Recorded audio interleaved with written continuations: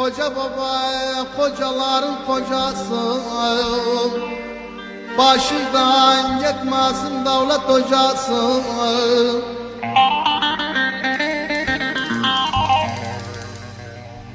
Ele neyneyim geldiği, gettiği yol sadakası. Gördüyse garbin dönder gelsin, tez gelsin.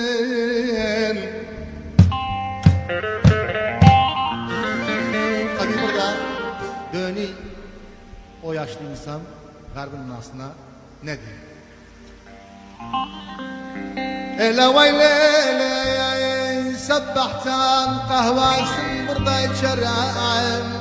Şimdi kahvasın durmam barxanadan köçerem.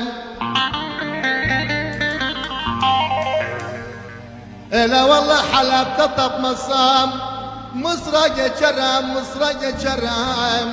Gördüysem garbi döndürürüm gelsin, tez gelsin. Vay lele, vay lele.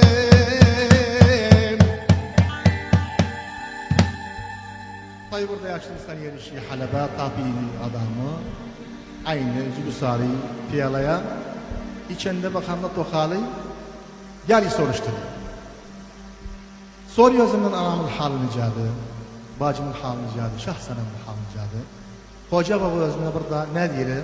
Özün de zamandan kalıptı, 7 yıl geçti, 3 ay kalıptı. O yaşlı insan özüne dedi, ele veyle anay gördüm, kör açaraklar, ele neynim valla bacı gördüm, karalar bağlar.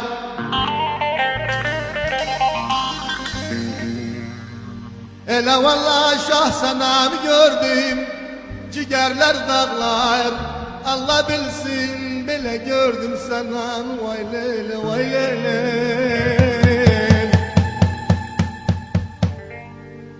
Tabi burada aşık garip haberı aldığımdan ve istedi bilsin. Şahsenen hele kızları olsa gelmiyordu. Döndü o yaşlı insana dedi. Ay koca baba, ele sen gelende baharın yazıydı, gökte uçan ördeğiydi kazıydı. Ele neynim şahsenami gördün, geliniydi kızıydı. Allah bilsin nice gördün senam, vay lele vay lele vay lele.